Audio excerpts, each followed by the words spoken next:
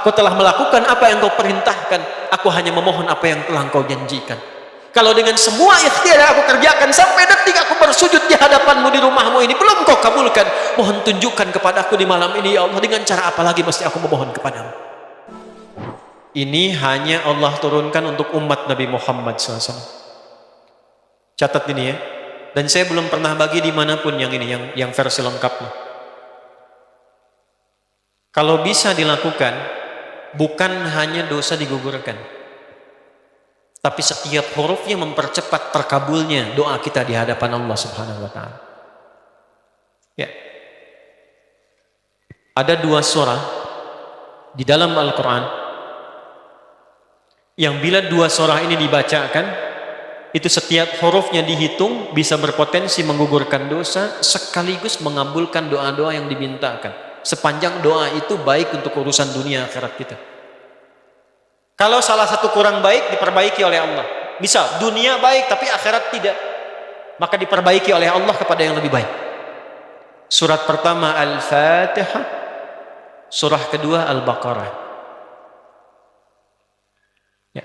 Sebelum doa baca tuh Al-Fatihah sama Al-Baqarah. Tapi Al-Baqarahnya tidak dari ayat yang pertama. Kepanjangan. Cukupkan di ayat 285 sampai ayat 286, 2 ayat terakhir. Hadisnya sahih.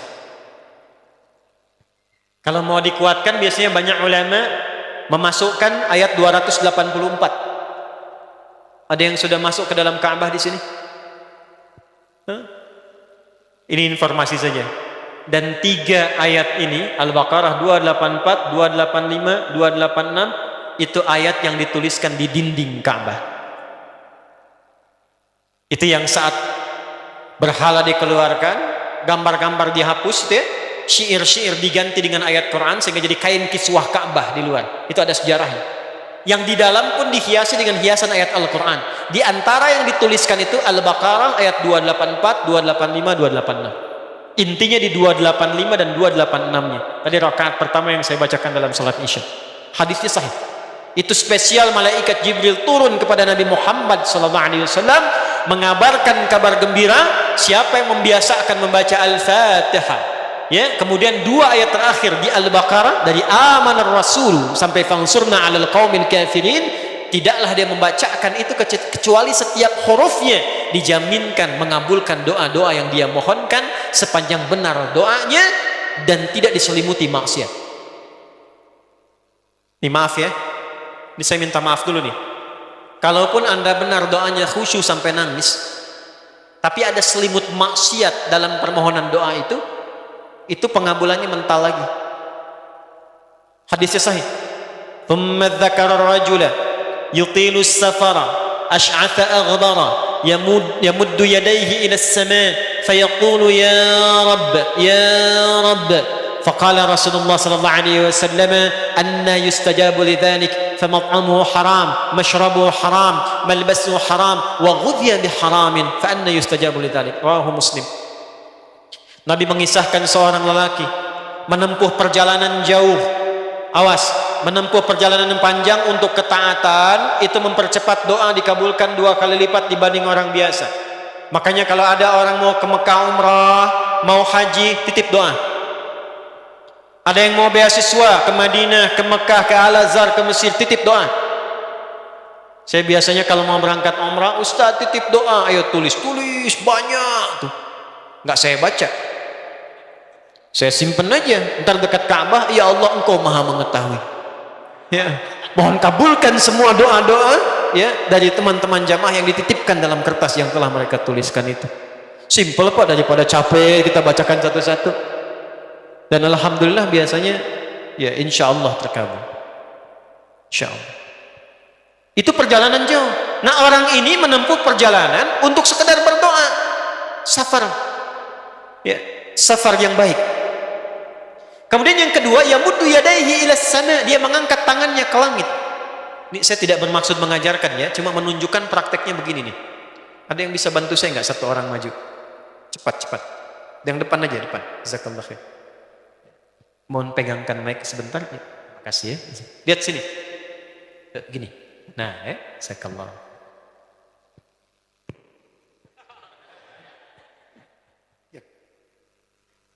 Nah, ini, ya. Ini tangan, lihat telapak dua ya. Berdoa itu sesuai porsinya dan ikuti caranya Nabi.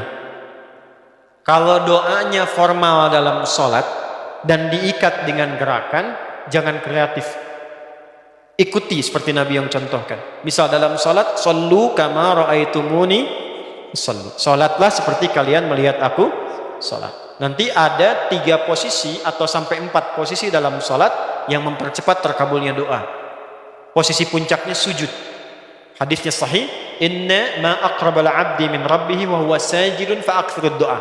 Keadaan terdekat antara hamba dengan Rabbnya adalah saat sujud, maka perbanyak doa saat sujud.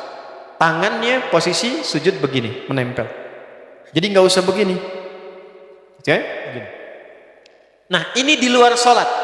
Di luar sholat, kalau berdoa tangan begini, lihat baik-baik ya.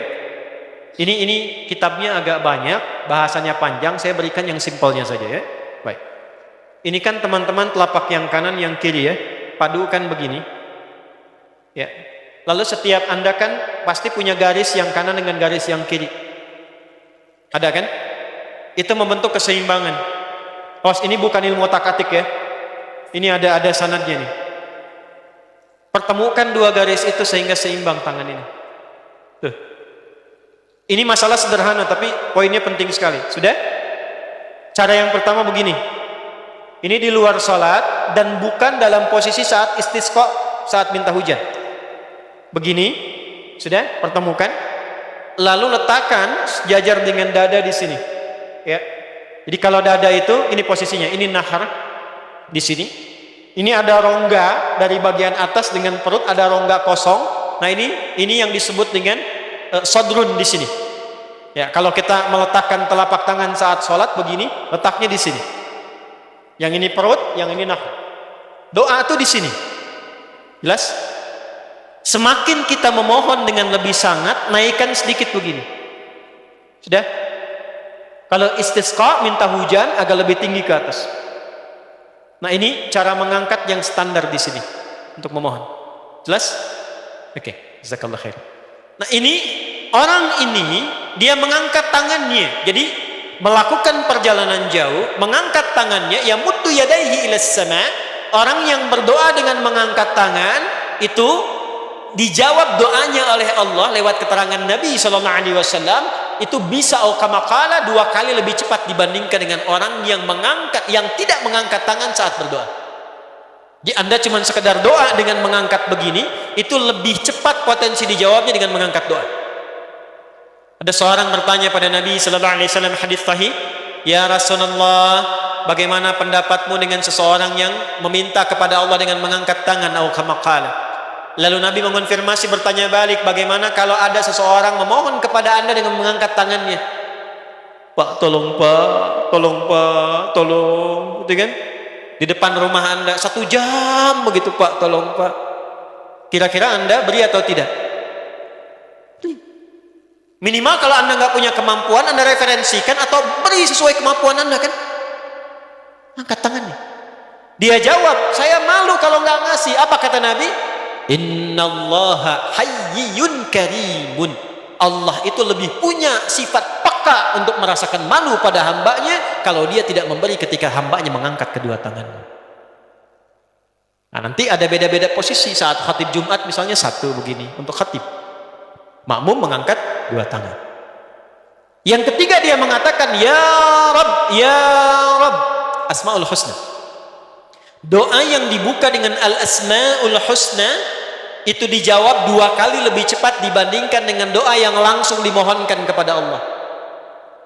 Itu perintah. Tahu Nabi Zakaria? Nabi Zakaria apa ujiannya? Diuji oleh Allah, hidup demikian lama sampai rambut memutih, fisiknya letih, istrinya divonis secara medis, maaf, monofos dan mandul. Kata medis gak mungkin punya keturunan. Maka beliau berdoa kepada Allah dan dalam doanya dimulai dengan Al-Asmaul Husna.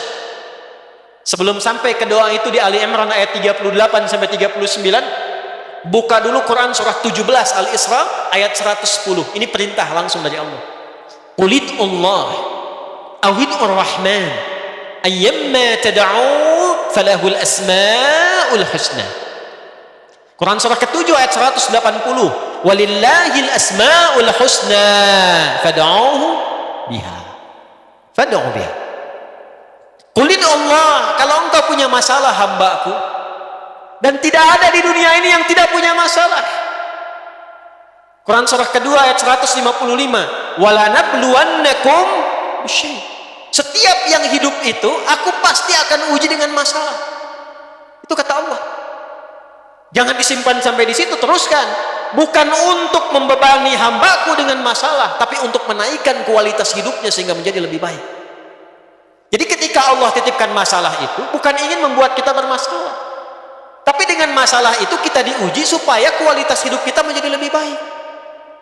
Ini Anda yang kuliah di UPI di sini, ada ujian nggak? Untuk apa ujian itu diadakan? Supaya bisa melihat kualitas peningkatan ilmu Anda dari masuk sampai naik tingkat. Kalau nggak ada ujian nggak kelihatan kualitasnya bertambah. Logikanya begitu. Dan tidak mungkin Allah menguji seorang hamba di luar batas kemampuannya. La yukallifullahu nafsan illa. Jadi nggak ada orang yang hidup yang tidak punya masalah. Karena rumusnya mengatakan hidup berbanding lurus dengan masalah. Yang hidup pasti punya masalah. Yang tidak ingin punya masalah tidak ingin hidup. Karena orang yang tidak hidup yang hilang masalahnya, selesai hidupnya. Baik. Siapa yang tidak ingin punya masalah? Angkat tangan. Baik. Siapa yang ingin punya masalah? Alhamdulillah. Baik. Yang lain wallahu a'lam. Nah, kulit Allah kalau sedang diuji masalah, kan yang ngasih siapa? Yang nitipkan siapa? Yang punya solusinya siapa? Kalau Anda tahu yang punya solusinya Allah, kenapa curhatnya bukan kepada Allah? Kan sudah dicontohkan di Quran, kalau punya masalah curhatin ke Allah. Quran surah 12 ayat 86, sejak era Nabi Yakub, masalah di rumah tangga, anak bermasalah curhatnya pada siapa? Allah. Innama ashku bathi wa huzni ila Allah. Aku tuh kalau punya masalah sesedih apapun curhatnya Allah. Bentangkan sajadahmu, curhatkan dalam sujudmu, tingkatkan takwamu. Wa may yattaqillaha yaj'al lahu makhraja. Quran surah 65 di akhir ayat yang kedua. Bentangkan sajadahmu, curhatkan, habiskan dalam sujudmu, keluarkan tangismu, sehingga bebannya jadi ringan. Walaupun solusi belum datang, hatinya sudah tenang. Yang diperintahkan panjangkan sajadahmu, bukan panjangkan statusmu. Kita sudah tahu ayatnya, paham ketentuannya, tapi kenapa prakteknya ditumpahkan di Instagram, di Facebook, bikin vlog di YouTube, hanya untuk curhat saja. Dan ironinya dalam hal yang demikian tahu yang menyelesaikan Allah. Sekarang tambah bonus, aminkan ya.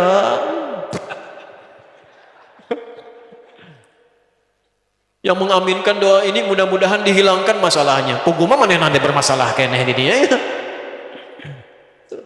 Itu gimana kumaha tuh teh? Paham? Curhatkan sama Allah. Nah, bagaimana mintanya? Sebut namanya ya Allah. Awinur Rahman. Kalau kita ingin minta lebih cepat, minta dengan kelembutan Ar-Rahman. Rahman itu bisa disebut namanya ya Rahman, bisa cari cara mintanya yang paling lembut, yang menyentuh. Allah senang dengan kalimat yang menyentuh. Misal ya. Kembali ke Nabi Zakaria tadi. Quran surah 3 ayat 38. Hunalika da'a Zakaria rabbah qala rabbi habli min ladunka dzurriyyatan thayyibah innaka sami'ud du'a. Ya Allah, hamba-hambamu itu telah menghukumi aku dan istriku tak akan mungkin punya keturunan. Sedangkan engkau yang maha pemberi tanpa punya batasan. Mereka mengatakan istriku punya keterbatasan. Maka aku memohon kepadamu yang pemberianmu tak ada batasan. Mohon ya Allah anugerahkan keturunan dari sisimu saja ketika mereka mengatakan tidak mungkin itu punya. Sungguh engkau yang maha mendengar doaku ya Allah. Perhatikan, kalau kepada yang maha mendengar saja tidak terkabulkan, mohon tunjukkan kepadaku saat ini dengan cara apa lagi dan kepada siapa lagi aku mesti memohon. Itu dalam banget. Ya Allah, Engkau perintahkan aku berikhtiar mencari kerja, aku lakukan. Engkau perintahkan mengeluarkan keringatku dengan cara yang halal, aku kerjakan ya Allah. Engkau perintahkan aku jauhi yang Engkau larang, aku lakukan ya Allah. Sekarang aku telah berikhtiar dari sejak keluar, aku telah menunaikan sholat subuh seperti yang Engkau maha mengetahui. Dan menjelang malam aku mengadukan bahkan di rumahmu ya Allah hanya untuk sesuap nasi bagi istri dan anakku dari yang halal itu. Aku telah melakukan apa yang Engkau perintahkan, aku hanya memohon apa yang telah Engkau janjikan. Kalau dengan semua ikhtiar yang aku kerjakan sampai detik aku bersujud di hadapanmu di rumahmu ini belum Kau kabulkan, mohon tunjukkan kepada aku di malam ini ya Allah, dengan cara apa lagi mesti aku memohon kepadamu.